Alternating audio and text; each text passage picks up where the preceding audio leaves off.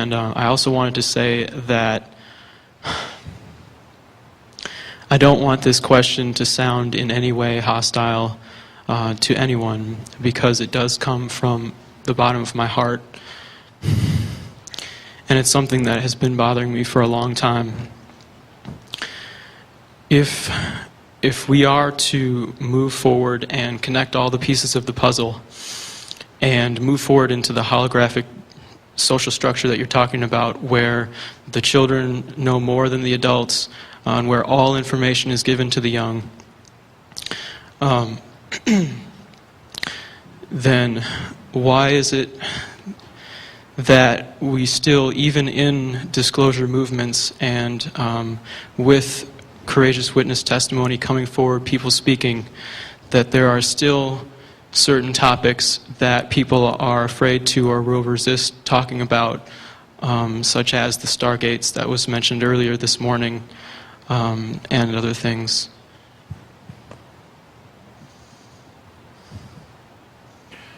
So is your question exactly why there are still some topics people don't want to discuss? Right. In people who are just courageously stepping forward and risking their lives to speak out about what they know, why is it that they do not speak about everything that they do know, and there are still topics that they wish not to speak about? Well, that's a great question, and I'm also guilty of that.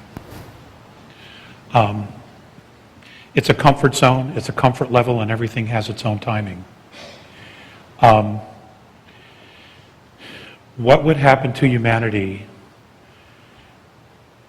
if the government were to come clean about everything that they know about everything that they know?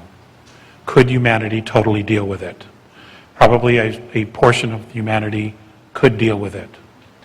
The other portion, or portions or groups, could not maybe deal with it, at least in the very beginning, because they have constructed a reality around themselves that is based on perception that is an illusion. And to shatter that all in one swoop can be a disservice to them. The idea is to take people and give them the tools that they need so that they voluntarily begin the process of self-responsibility and voluntary introspection. The information is there, and it's been out there for 50, 60 years. We'll take the UFO community as a whole, exopolitics. More and more people are coming into this. Who's the biggest group now? It's the young people, okay, which is promising. They are, in fact, influencing their parents by having discussions at home. What do you think about this? What do you think about that? So it doesn't matter how it happens as long as it happens. Now, I mentioned Dulce in our conversation earlier. There will be people, I'm sure, who will contact these two to really want to talk about that. And they're going to have to be very careful about how they present the information, because the things that happen there are horrific. Absolutely horrific. And they had to be dealt with, and they were dealt with. However, that element that was behind those atrocities still exists here. Okay? And even I don't want to talk about that. Okay? Because it involved women and children. And that's as far as I'll go. But now that I've mentioned it, I've created a domain of knowing. Okay? I've just created a domain of knowing. Now each of you will start going out, thinking about that, doing some research to pull that information to you. Because now you want to know. Okay. Thank you very much. You're welcome. Last two questions. My question was actually about children and the disappearance of children, if you're willing to talk about it. I've said so much about that already. I know that I have been blasted about that. Ladies and gentlemen, I absolutely know what I know about the missing children. And I'm not going to apologize for it, and I stand by what I said all those years ago, and I stand by it today. Okay, could you summarize, because we're aware of this as well, so if you could just, in maybe one sentence.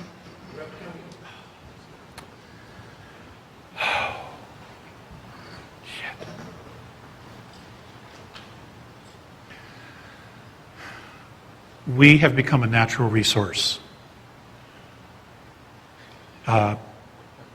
Very much how we've used cows. We use cows and other animals.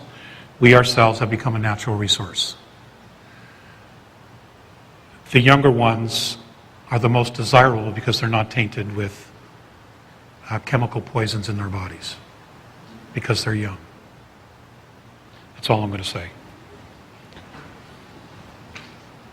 Laura Knight Jedzik has gone into this in depth, and Rich Dolan has also written a review of her book that's very positive, and Rich has, and Alfred Weber published an article about the subject.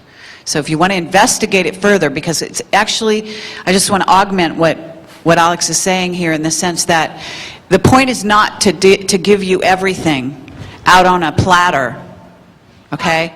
It's for you to understand what's going on. The point is to give you direction.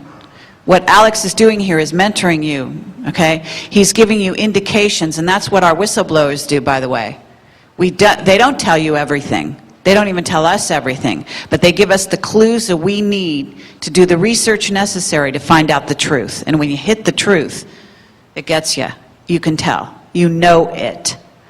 You want to be in denial, go right ahead. It's out there. The truth is out there. It is unbelievably out there.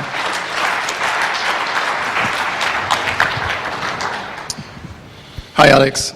Hi. I'm the last question, obviously. My name is Andres. Please don't take this the wrong way, but I love you, man.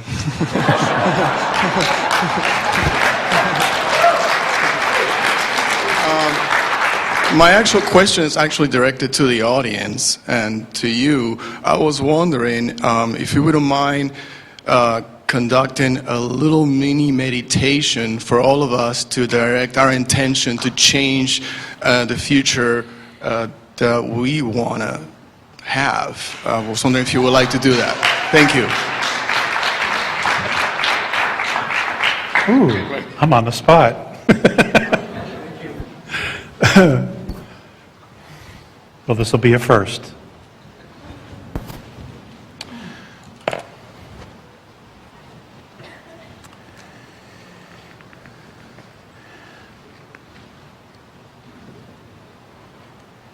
I have an affinity for very simple common sense spirituality, which has always led me to the Native Americans.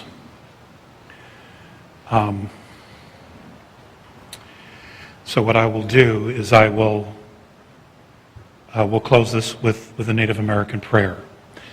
And that just happens to be the same prayer that's on the front page here that I have with me, and it's usually always the prayer that I go to. I change the words and make them my own after all these years, but for the purposes of this, it says exactly what I would want to say.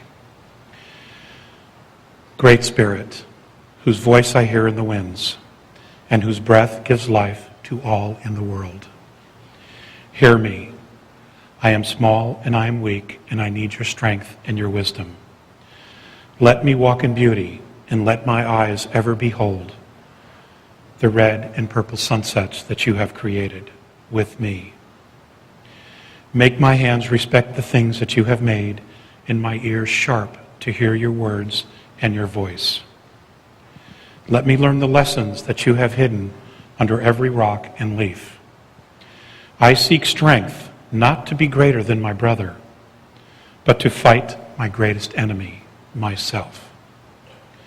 Make me always ready to come to you with clean hands and straight eyes, so that when my life fades as the fading sunset, my spirit can come to you without shame.